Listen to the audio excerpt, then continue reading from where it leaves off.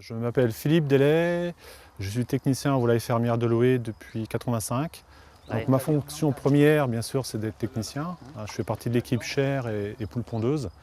Et en plus, j'ai une responsabilité au niveau des plantations depuis quelques années. Et en fait, c'est moi qui encadre un peu les projets avec l'aide de Philippe Guillet de la Chambre d'agriculture, les projets plantation lorsqu'on construit un nouveau bâtiment. Il y en a qui ont mis des fruitiers.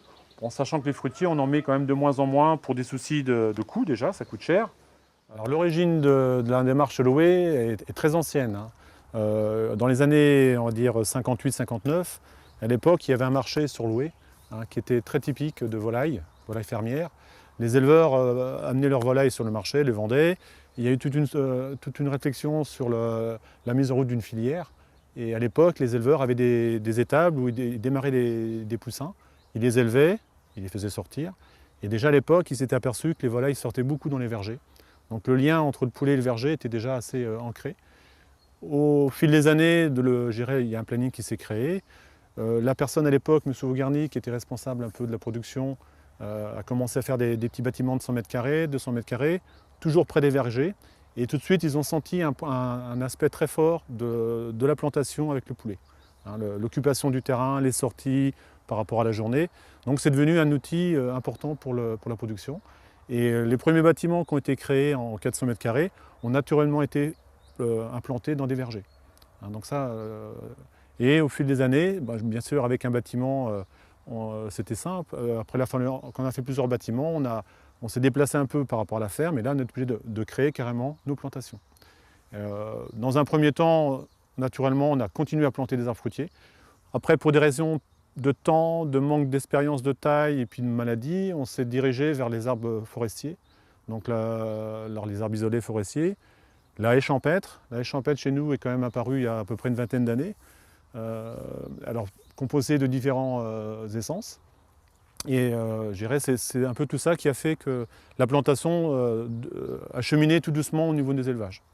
Mais c'est un lien très fort pour nous, l'arbre et le poulet. Et en fait aujourd'hui, lorsque nous avons un nouveau candidat, automatiquement il y a déjà une petite enquête de personnalité de l'éleveur, du futur éleveur qui est pris en compte. Mais on leur fait sentir que dans un projet Loé, il y a le bâtiment bien sûr, mais il y aura tout de suite des plantations à côté. Donc il y a une réflexion qui est déjà donnée dès le début. Je dirais, on ne ment pas aux éleveurs, aux futurs candidats. Il faut absolument qu'ils intègrent la plantation.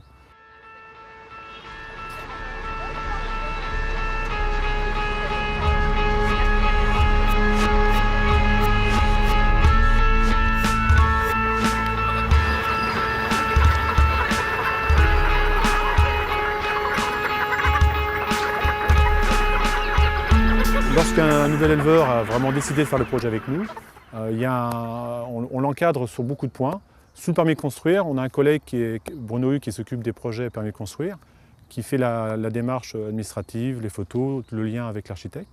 Et après, derrière, on a une équipe composée du technicien de secteur, de moi ou de Philippe Guillet, et on va carrément sur le terrain avec les plans du permis de construire pour aménager le projet.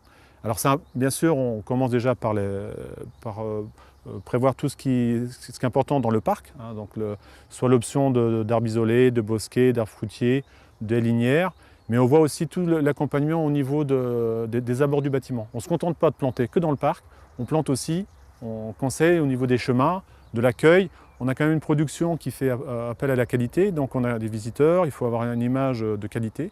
Donc les abords des bâtiments, le chemin, les corps de ferme, ce sont des critères aussi que nous on travaille. Et lorsque le projet avance, que le bâtiment est construit, il y a toute une démarche aussi pour apprendre à planter. Il ne suffit pas de livrer des arbres dans des sacs.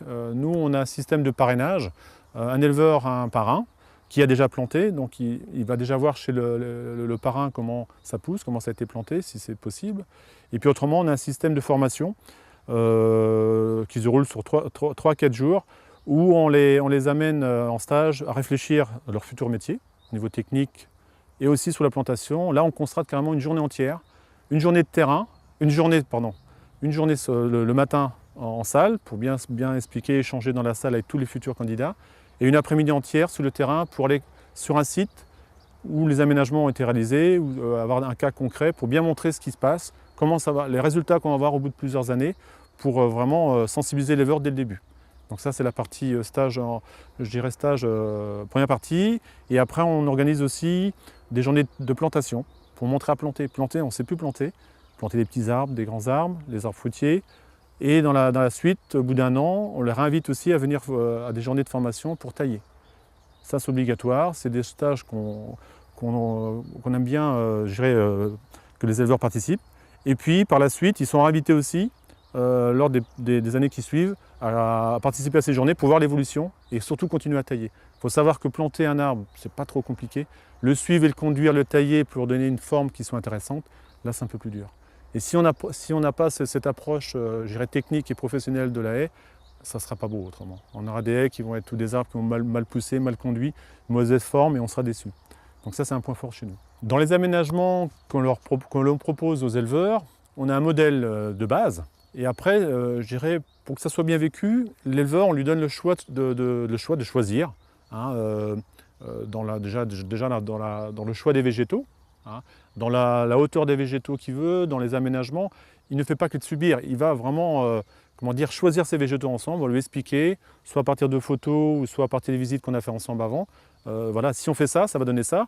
Il y a certains éleveurs qui ont la fibre très, très fruitier, donc ils mettront un peu plus de fruitier. Quand je dis fruitier, c'est pommier, principaux pommiers, cerisiers, pruniers, un peu de poirier. Donc là, et ensuite, on rajoute souvent des arbres forestiers, alors soit en isolé ou en bosquet. Mais en fait, ça dépend un petit peu du souhait de l'éleveur, s'il veut des fruits, s'il veut faire du bois de chauffe, s'il veut faire du bois d'œuvre. Et puis il y a certains éleveurs qui font un placement, c'est-à-dire qu'on voit maintenant des éleveurs qui réfléchissent sur du long terme et qui disent de toute façon on a pratiquement 2 hectares pour les poulets, 6 hectares pour les poules, on a l'espace, autant l'occuper, sans que ça pose problème quand même pour le foin, hein, ou pour le pâturage pour les bovins. Et donc il y a quand même une réflexion intéressante et en fait c'est l'éleveur qui s'approprie le projet. C'est vrai qu'on a un cadre de travail parce qu'on n'a pas le choix, mais après ils peuvent faire des variantes. Et vraiment, on a des trucs maintenant, on a des projets qui sont variés et puis c'est pas toujours la même chose, quoi.